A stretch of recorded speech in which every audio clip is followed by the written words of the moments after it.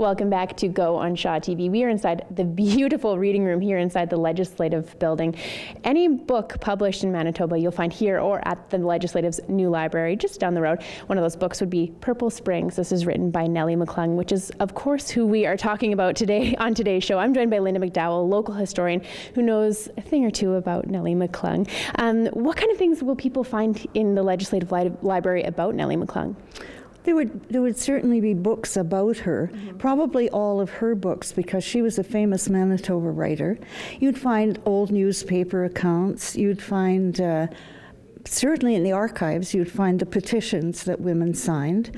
But you'd find newspapers, because all of the newspapers from Manitoba towns and little rural areas are, if not on as regular newspapers, they're on microfilm, either here or over at the Legislative Library. And it's really fun because there'll be stories about Nellie, and Nellie never was lost for words.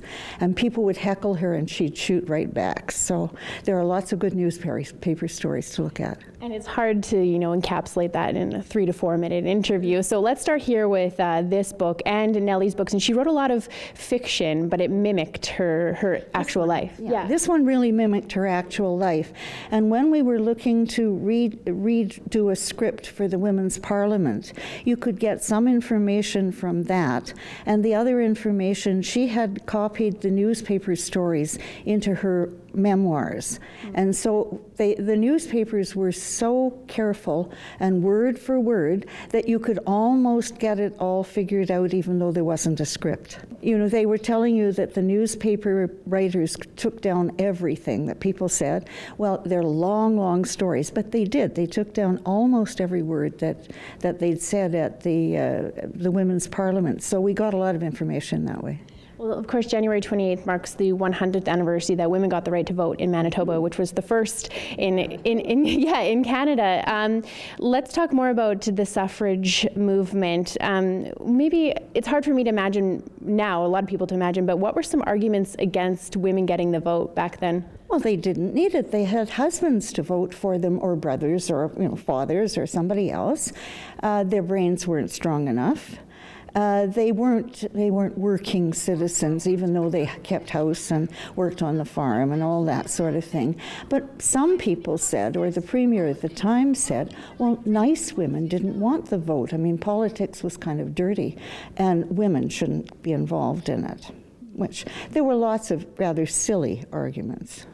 Was there a pivotal moment or movement or act which kind of changed that course and really brought people behind the movement, and eventually women got the vote in 1916? I think it's probably gradual. The Grain Growers Association across the prairies was really influential, and they adopted the idea that they were for women's votes very early, particularly by about 1911. In 1912, a group of people in Winnipeg got together and formed the Political Equality League, and it was both men and women. And that's something really important about Manitoba, because there were always men with any group that came, women who came here to ask for the vote. And that Political Equality League worked from 1912 to 16, and they got the vote. And a big part of that was the mock parliament, right? The mock parliament. There was a Winnipeg Stampede in 1913, and the women put up a booth there and so on. And there was one story told that somebody said to one of the cowboys from the United States, "What would your mother think about women voting?" And he said, "My mother's been voting for years," because he was from Wyoming, and women could vote there from the 1860s. So there were lots of jokes about that. There were also cowgirls at that rodeo, and there were ropers and so on that were girls, so that pointed out that women could do things as well. But particularly, I think the big thing was people like Nellie went all over the province speaking to people, and she actually got people to pay to come to a political meeting.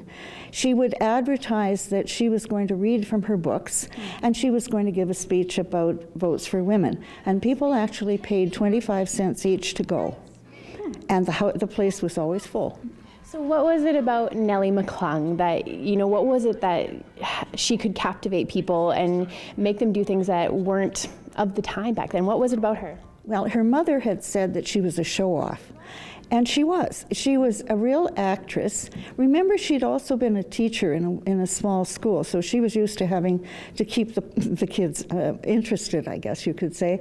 But she was very good. She was very quick with answering back and making people laugh. And I think the good thing about Nellie was she made you laugh about someone, but she wasn't mean. She just made you laugh about, isn't that silly? And people loved to listen to her. And they said that, she was quite at home. She'd always get criticism because she had children. And people would say, why aren't you at home looking after your children? And so when she got up at the beginning of a speech, she'd say, now, I want you to know, I phoned home and I talked to my husband and I talked to the housekeeper and the children are fine and they've done their homework and they're going to bed. And so that stopped people from getting up and criticizing her. So she was really fast. But she was very good about telling people about votes for women in a way that they could understand, about why it was important. And she talked a lot about the fact that it was a square deal, that women worked as hard on farms as men did. Women had worked in homesteads and so on. So it was only fair that they get the vote as well.